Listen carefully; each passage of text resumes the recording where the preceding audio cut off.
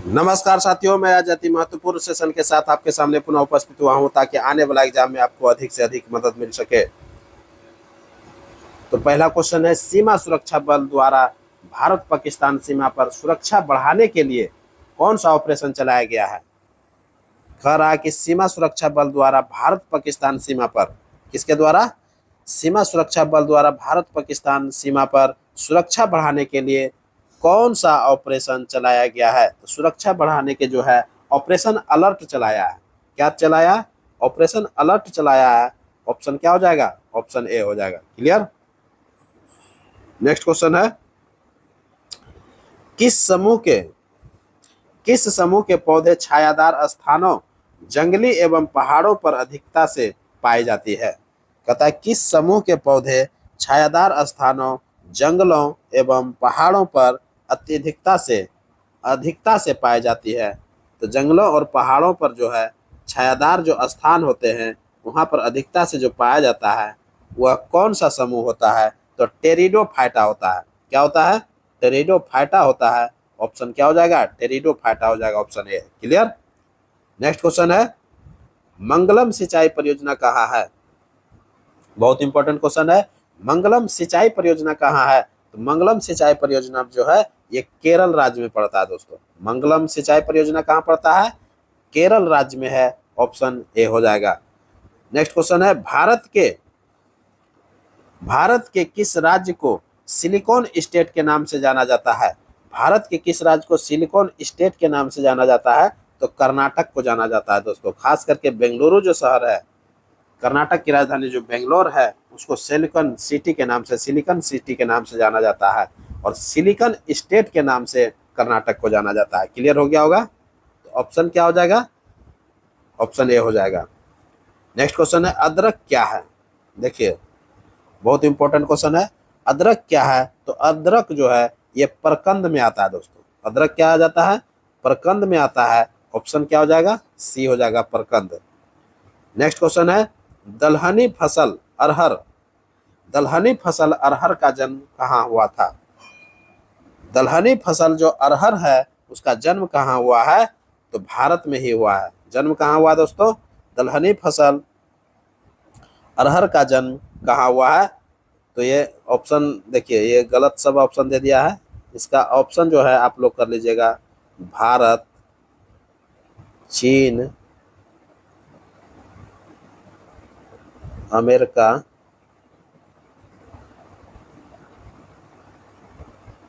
इस तरह का ऑप्शन आप लोग बना लीजिएगा।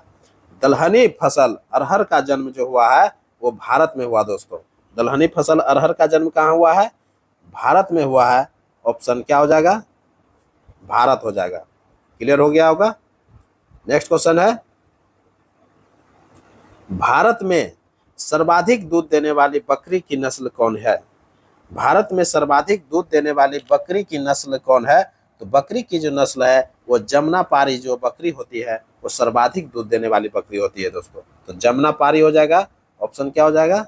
ऑप्शन सी हो जाएगा, जमुनापारी। क्लियर। नेक्स्ट क्वेश्चन है, बकिंघम नहर स्थित है। देखिए बहुत इंपॉर्टेंट क्वेश्चन आ गया। कह रहा है कि बकिंघम नहर जो है स्थित है। तो बकिंघम नहर कहाँ स्थित है? ये कोरोमंडल तट पर स्थित है दोस्तों। ये कहाँ पर है? कोरोमंडल तट पर स्थित है। तो कोरोमंडल तट पर स्थित ये जो बकिंघम नहर है स्थित है। क्लियर हो गया होगा, कोरोमंडल तट। नेक्स्ट क्वेश्चन है, एक द्वीप पर निर्मित भारत का बड़ा नगर कौन है। एक द्वीप पर निर्मित भारत का बड़ा जो नगर है वो मुंबई है दोस्तों। भारत का सबसे बड़ा नगर जो है वो मुंबई है, जो कि एक द्वीप पर स्थित है। क्लियर। ऑप्शन ए हो जाएगा। नेक्स्ट क्वेश्चन है, कपास के रेशे प्राप्त होते हैं। कपास के रेशे जो है किससे प्राप्त होता है। तो कपास का रेशा जो है बीज से प्राप्त होता है। किससे प्राप्त होता है? ऑप्शन ए हो जाएगा, बीज से प्राप्त होता है। क्लियर। नेक्स्ट क्वेश्चन है, झुमरी तलैया किस राज्य में है। बहुत इंपॉर्टेंट क्वेश्चन है। झुमरी तलैया जो है किस राज्य में है। तो ये झारखंड में पड़ता है दोस्तों। झुमरी तलैया कहाँ पड़ता है? झारखंड में पड़ता है। ऑप्शन ए हो जाएगा। नेक्स्ट क्वेश्चन है उत्तर प्रदेश की सोनभद्र जिला कितने राज्यों को स्पर्श करती है? ये बहुत इंपॉर्टेंट क्वेश्चन है और ये बार बार जो है एग्जाम में पूछ लिया जाता है क्वेश्चन, और ये जो है सबसे ज्यादा जो है स्टेट को टच करने वाला जिला है दोस्तों। तो ये सोनभद्र जिला जो आप देख रहे हैं उत्तर प्रदेश का सोनभद्र जिला है, जो कि 4 स्टेट को टच करता है। कितने स्टेट को? 4 स्टेट को टच करता है। ये बहुत इंपॉर्टेंट क्वेश्चन है दोस्तों।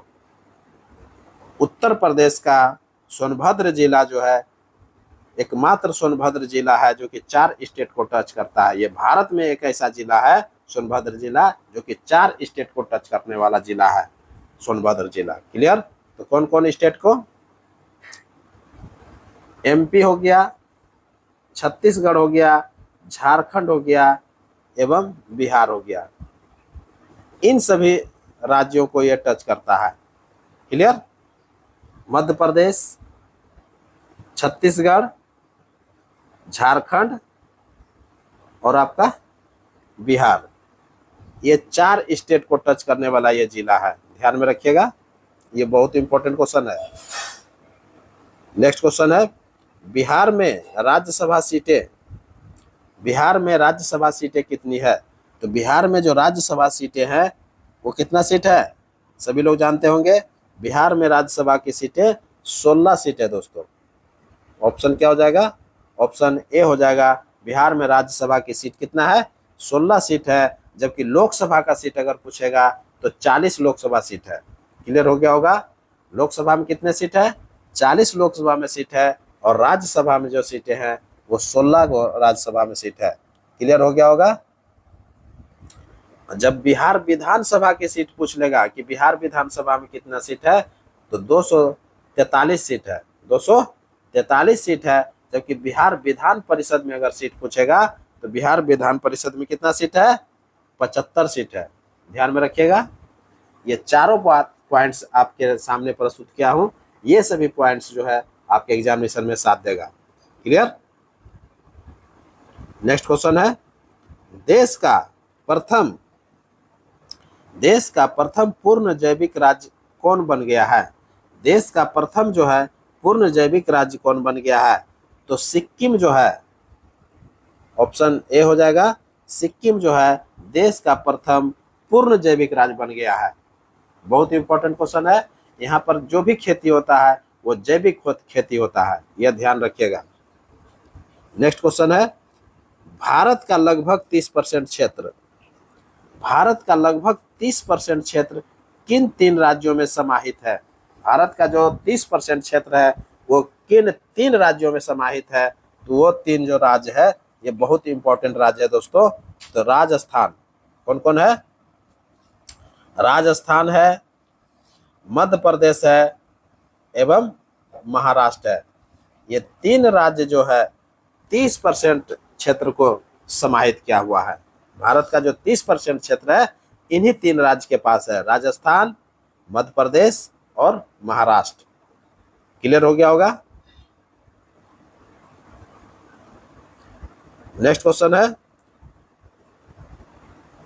इसका आंसर क्लियर बता दिए ना।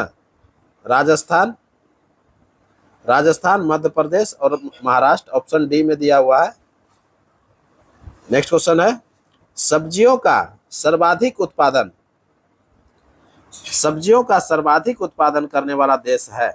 सब्जियों का जो सर्वाधिक उत्पादन किया जाता है वो चाइना के द्वारा किया जाता है। किसके द्वारा किया जाता है? ऑप्शन ए हो जाएगा, चाइना। नेक्स्ट क्वेश्चन है जबकि दूसरे स्थान पर भारत का स्थान आता है। सब्जी के उत्पादन में दूसरे स्थान पर भारत ही आता है। नेक्स्ट क्वेश्चन है भागीरथी घाटी में राजमा और आलू की खेती प्रारंभ करने का श्रेय किसको दिया जाता है? भागीरथी घाटी में जो है राजमा और आलू का खेती प्रारंभ करने का श्रेय किसको दिया जाता है? तो विल्सन को दिया जाता है।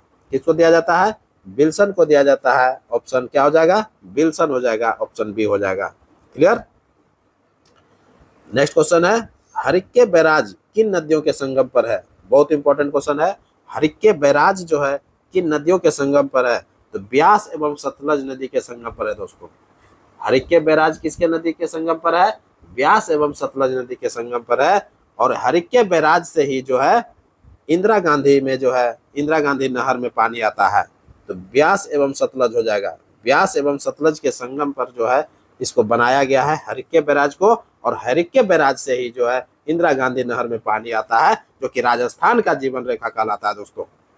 बहुत इंपॉर्टेंट क्वेश्चन है, ये सभी पॉइंट्स जो है आप ध्यान में रखिएगा। नेक्स्ट क्वेश्चन है, मनुष्य के शरीर के किस अंग में लिम्फोसाइट का निर्माण नहीं होता है। देखिए, नहीं होने की चर्चा पर पूछ लिया है। कहता है कि मनुष्य के शरीर के किस अंग में लिम्फोसाइट का निर्माण नहीं होता है। तो लिम्फोसाइट का जो निर्माण नहीं होता है वो किस में नहीं होता है। तो पहले देखना पड़ेगा कि लिम्फोसाइट का जो निर्माण होता है वो कहाँ कहाँ होता है। तो लिम्फोसाइट का जो निर्माण होता है तिल्ली में, स्प्लीन में एवं प्लीहा में होता है। तिल्ली बोलते हैं, स्प्लीन बोलते हैं एवं प्लीहा बोलते हैं, ये तीनों नाम जो है एक ही कहलाता है। क्लियर। तो तिल्ली में जो है लिम्फोसाइट का निर्माण होता है। क्लियर हो गया होगा। दूसरा, थाइमस ग्रंथि जो है, थाइमस ग्रंथि में भी जो है लिम्फोसाइट का निर्माण होता है। क्लियर। तीसरा, अस्थि मज्जा लसिका ग्रंथि में भी लिम्फोसाइट का निर्माण होता है। अस्थि मज्जा में भी लिम्फोसाइट का निर्माण होता है और लसिका ग्रंथि में भी लिम्फोसाइट का निर्माण होता है। ये दोनों अलग अलग है, कोमा दे दीजिएगा। लेकिन यकृत में जो है लिम्फोसाइट का निर्माण नहीं होता है, ऑप्शन डी हो जाएगा। यही कह रहा है कि लिम्फोसाइट का निर्माण कहाँ नहीं होता है, तो यकृत में हो जाएगा। जबकि लिम्फोसाइट का निर्माण जो है तिल्ली में, स्प्लीन में, प्लीहा में, थाइमस ग्रंथि में, अस्थि मज्जा में, लसिका ग्रंथि में, इन सभी जगहों पर लिम्फोसाइट का निर्माण होता है। मनुष्य का जो शरीर का अंग है। क्लियर। नेक्स्ट क्वेश्चन की ओर बढ़ते हैं। हमारे शरीर में रक्त का दाब, हमारे शरीर में रक्त का दाब होता है। हमारे शरीर में रक्त का दाब जो होता है वो क्या होता है। तो हमारे शरीर में जो रक्त का दाब होता है वायुमंडलीय दाब से अधिक होता है। हमारे शरीर में जो रक्त का दाब होता है वायुमंडलीय दाब से अधिक होता है। तो क्या हो जाएगा, वायुमंडलीय दाब से अधिक, ऑप्शन सी हो जाएगा। क्लियर। नेक्स्ट क्वेश्चन है, पटना के पहला अंग्रेज मजिस्ट्रेट कौन थे। पटना के पहला जो है अंग्रेज मजिस्ट्रेट थे वो कौन थे दोस्तों। तो पटना के पहला अंग्रेज मजिस्ट्रेट का नाम जो था चार्ल्स फ्रांसिस ग्रांड था। चार्ल्स फ्रांसिस ग्रांड थे, ऑप्शन डी हो जाएगा। क्लियर। नेक्स्ट क्वेश्चन है, बिहार में 1857 की क्रांति के नेता बाबू कुंवर सिंह का निधन कब हुआ था। बार बार एग्जाम में क्वेश्चन पूछा जाता है। ये कहता है कि बाबू कुंवर सिंह जो थे 1857 की क्रांति में भाग लिए थे, जो कि सबसे वृद्ध व्यक्ति थे। 80 वर्ष की अवस्था में जो है इन्होंने 1857 की क्रांति में भाग लेकर के इतिहास में अपने आप को नाम दर्ज कराया था। ये ऐसे शासक थे जो कि जगदीशपुर के शासक थे दोस्तों। कहाँ के थे, जगदीशपुर के जमींदार थे, जो कि 1857 की क्रांति में भाग लिए थे। तो बाबू कुंवर सिंह का निधन जो हुआ था कब हो गया था। बाबू कुंवर सिंह का निधन 26 अप्रैल 1858 ईस्वी को हो गया था। कब हो गया था, 26 अप्रैल 1858 ईस्वी को हुआ था, ऑप्शन ए हो जाएगा। क्लियर। नेक्स्ट क्वेश्चन है, शरीर में हीमोग्लोबिन का कार्य क्या है। शरीर में हीमोग्लोबिन का कार्य क्या है, तो ऑक्सीजन का परिवहन कार्य है। ऑक्सीजन का क्या करता है, ये परिवहन करता है। एक जगह से दूसरे जगह में ऑक्सीजन को क्या करते हैं, ये पूरे शरीर में पहुंचाने का काम करता है हीमोग्लोबिन। क्लियर। तो ऑक्सीजन का परिवहन हो जाएगा, ऑप्शन सी हो जाएगा। क्लियर। नेक्स्ट क्वेश्चन है, किसने भारत में पहली बार व्यय कर लगाने का सुझाव दिया था। किसने भारत में पहली बार व्यय कर लगाने का सुझाव दिया था, तो कोल्डार ने दिया था। क्या, कौन दिया था, कोल्डार ने दिया था, ऑप्शन बी हो जाएगा। तो किसने भारत में पहली बार व्यय कर लगाने का सुझाव दिया था, तो कोल्डार ने दिया था, ऑप्शन बी हो जाएगा। नेक्स्ट क्वेश्चन है, बिहार के किस स्थान से बिहार के किस स्थान से प्राप्त यक्षिणी की प्रतिमा मौर्य काल का उत्कृष्ट उदाहरण है? बिहार के किस स्थान से प्राप्त यक्षिणी की जो प्रतिमा है वो मौर्य काल का उत्कृष्ट उदाहरण है। ये बहुत इंपॉर्टेंट क्वेश्चन है, ये बार बार एग्जाम में पूछा जाता है क्वेश्चन। कहता है यक्षिणी की जो प्रतिमा है वो मौर्य काल का उत्कृष्ट उदाहरण है, ये कहाँ से प्राप्त हुआ था? तो बिहार के किस स्थान से प्राप्त हुआ है? तो दीदारगंज से प्राप्त हुआ है दोस्तों। यक्षिणी की प्रतिमा कहाँ से प्राप्त हुआ है? तो दीदारगंज से प्राप्त हुआ है, जो कि मौर्य काल का उत्कृष्ट उदाहरण है। क्लियर? ऑप्शन बी हो जाएगा। नेक्स्ट क्वेश्चन है, बिहार का राजकीय चिन्ह क्या है? बिहार का राजकीय चिन्ह क्या है? तो बिहार का जो राजकीय चिन्ह है वो क्या है? बोधि वृक्ष है। बिहार का राजकीय चिन्ह क्या है? बोधि वृक्ष है। ऑप्शन क्या हो जाएगा? ऑप्शन बी हो जाएगा। क्लियर? जबकि बिहार का राजकीय मछली अगर पूछेगा तो मांगुर हो जाता है। मांगुर को आप देखे होंगे, ये बिहार का राजकीय मछली है। क्लियर? बिहार का राजकीय चिन्ह क्या है? बोधि वृक्ष है। बिहार का राजकीय चिन्ह जो बोधि वृक्ष है वो 2 स्वास्तिक के मध्य में स्थित है। बोधि वृक्ष जो आप देखते हैं बिहार का राजकीय चिन्ह वो 2 स्वास्तिक के मध्य में स्थित है, बोधि वृक्ष। क्लियर हो गया होगा? और मांगुर जो है बिहार की राजकीय मछली है, ध्यान में रखिएगा। ये मांगुर जो आप देख रहे हैं ये बिहार की राजकीय मछली है। क्लियर? नेक्स्ट क्वेश्चन है, इंडिका के लेखक कौन है? इंडिका के लेखक कौन है? तो इंडिका का जो लेखक है वो कौन है दोस्तों? तो इंडिका का लेखक मेगास्थनीज को माना जाता है। इंडिका के लेखक कौन है? मेगास्थनीज है। ऑप्शन क्या हो जाएगा? मेगास्थनीज हो जाएगा। ऑप्शन ए हो जाएगा। क्लियर? मेगास्थनीज के बारे में हम लोग कुछ चर्चा करते हैं। मेगास्थनीज जो थे यूनान के शासक सेलुकस ने अपना दूत बना करके चंद्रगुप्त मौर्य के दरबार में भेजा था। यूनान के जो शासक थे सेलुकस निकेटर जिसको बोलते हैं, सेलुकस निकेटर ने अपना दूत बना करके चंद्रगुप्त मौर्य के दरबार में भेजा था। कौन भेजा था? सेलुकस निकेटर ने भेजा था। सेलुकस निकेटर कहाँ का था? यूनान का शासक था। क्लियर? जो कि चंद्रगुप्त मौर्य के दरबार में मेगास्थनीज को भेजा था अपना दूत बना करके। क्लियर? चंद्रगुप्त मौर्य को यूनानियों ने सेंड्रोकोट्स कहा था दोस्तों। कभी कभी क्वेश्चन भी पूछ लेता है कि चंद्रगुप्त मौर्य को सेंड्रोकोट्स किसने कहा था? तो यूनानियों ने कहा था दोस्तों। यूनानी जो लेखक थे, यूनानी लेखक ने ही इनको सेंड्रोकोट्स की संज्ञा दिया था। चंद्रगुप्त मौर्य ने अंतिम समय में जैन धर्म को स्वीकार कर लिया था। चंद्रगुप्त मौर्य ने क्या किया था? अंतिम समय में जैन धर्म को स्वीकार कर लिया था। चंद्रगुप्त मौर्य की मृत्यु जो हुआ था सरबनबेलगोला में हुआ था। कहाँ पर हुआ था? सरबनबेलगोला में, कर्नाटक में चंद्रगिरी पर्वत पर हुआ था। कहाँ पर हुआ था? चंद्रगिरी पर्वत पर हुआ था। चंद्रगुप्त मौर्य का जो जैनी गुरु थे भद्रबाहु थे, भद्रबाहु से जो है चंद्रगुप्त मौर्य ने जैन धर्म का दीक्षा लिया था और संलेखना विधि से शरीर का त्याग किया था। चंद्रगुप्त मौर्य ने संलेखना विधि से शरीर का त्याग किया था। और कहाँ शरीर का त्याग किया था? चंद्रगिरी पर्वत पर त्याग किया था। सरबनबेलगोला में पड़ता है, जो कि कर्नाटक में पड़ता है। क्लियर? तो चंद्रगुप्त मौर्य के बारे में क्लियर बता दिए हैं कि चंद्रगुप्त मौर्य को सेंड्रोकोट्स की संज्ञा दिया था यूनानियों ने। चंद्रगुप्त मौर्य के दरबार में सेल्यूकस निकेटर ने अपना दूत बना करके मेगास्थनीज को भेजा था।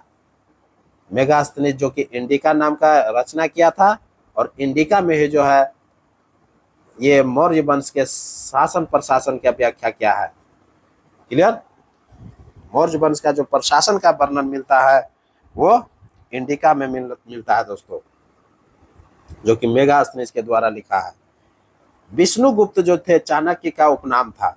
चाणक्य जो थे चंद्रगुप्त मौर्य के प्रधानमंत्री थे, जो कि विष्णुगुप्त के नाम से जाना जाता था, जिन्होंने अर्थशास्त्र की रचना किया। क्वेश्चन भी पूछता है कि अर्थशास्त्र की रचना जो है किसने किया था? तो विष्णुगुप्त ने किया था, चाणक्य ने किया था, जो कि चंद्रगुप्त मौर्य के प्रधानमंत्री थे। क्लियर हो गया होगा। प्लिनी एक यूनानी यात्री थे। प्लिनी जो थे एक यूनानी यात्री थे तथा लेखक भी थे, जिसने प्रथम शताब्दी में भारत की यात्रा किया था। जिसने क्या किया था? प्रथम शताब्दी में भारत की यात्रा किया था और नेचुरल हिस्ट्री नाम से यात्रा वृत्तांत लिखा था। प्लिनी जो थे एक यूनानी यात्री थे और लेखक थे, जिन्होंने क्या किया था?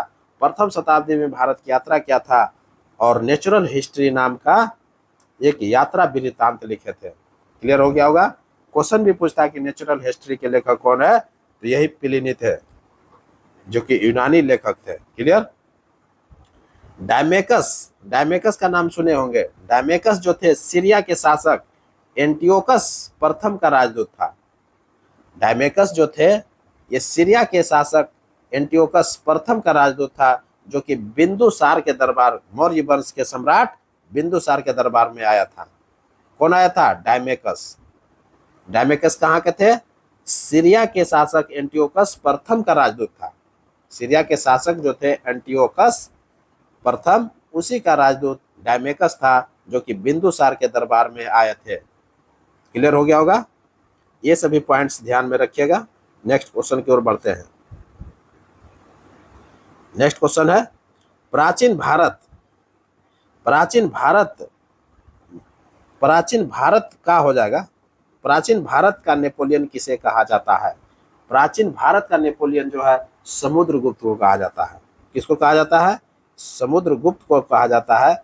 ऑप्शन क्या हो जाएगा? ऑप्शन सी हो जाएगा।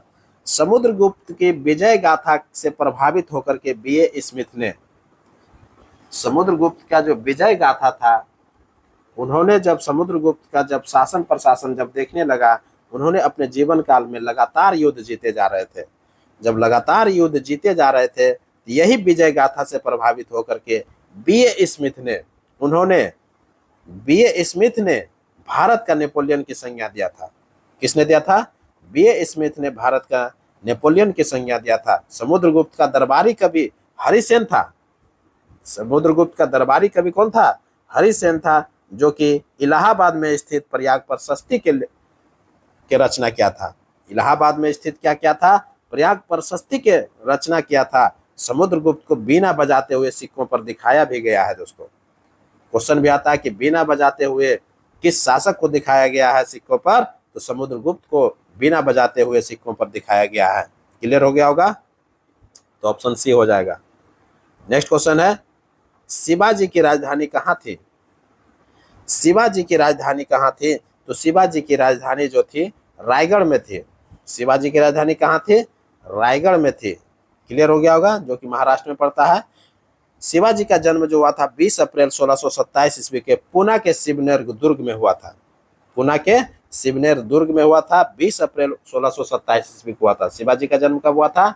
20 अप्रैल 1627 ईस्वी को पुणे के शिवनेर दुर्ग में हुआ था। जबकि शिवाजी का जो मृत्यु हुआ था वो 1680 ईस्वी में हो गया था। राजधानी जो बनाया था शिवाजी ने, वो रायगढ़ महाराष्ट्र को बनाया था।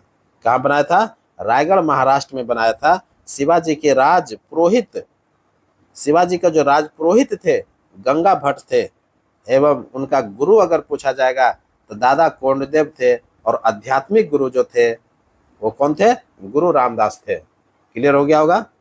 तो ऐसे ऐसे पॉइंट्स भी आप ध्यान में रखिएगा, ताकि एक एक पॉइंट जो है आपको एक एक नंबर दिलाने में मदद करेगा, और यही एक नंबर जो है आपको सिलेक्शन में मदद करता है। दोस्तों, तो क्या हो जाएगा? रायगढ़ हो जाएगा। ऑप्शन बी हो जाएगा। ये 1674 ईस्वी में रायगढ़ में ये क्या किए थे? अपना राज्याभिषेक करवाया था। शिवाजी ने 1674 में क्या किए थे? रायगढ़ में अपना राज्याभिषेक करवाया था। किससे करवाया था? तो गंगा भट्ट से ही करवाया था। गंगा भट्ट कहाँ के थे निवासी? ये काशी बनारस के रहने वाले पंडित थे। दोस्तों, क्लियर। नेक्स्ट क्वेश्चन है फराजी कौन थे? ये अंतिम क्वेश्चन है। कहता है कि फराजी कौन थे? तो फराजी जो थे ये हाजी शरियतुल्लाह के अनुयायी थे। हाजी शरियतुल्लाह के अनुयायी थे। ऑप्शन सी हो जाएगा। तो क्लियर हो गया होगा। फराजी कौन थे? तो हाजी शरियतुल्लाह के अनुयायी थे। तो इस तरह से क्लियर हो गया होगा। अब इसी के साथ अब हमको इजाज़त दीजिए, मैं पुनः एक नए वीडियो के साथ आपके सामने उपस्थित होऊंगा।